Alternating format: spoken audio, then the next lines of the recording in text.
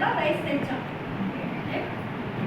వాళ్ళు మనకి స్పాన్సర్ చేసింది రాధికా గారు, రాజా గారు, గాయత్రి గారు, వెంకట దుర్గా గారు.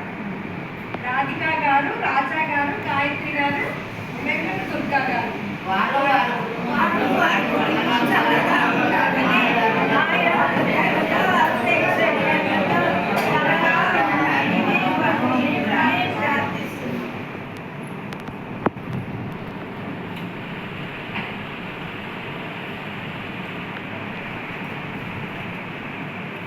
ఆవిడకి మీకు అందరికి చీరలు ఇచ్చినప్పుడు ఆవిడకి నైట్ ఇవ్వలేదు.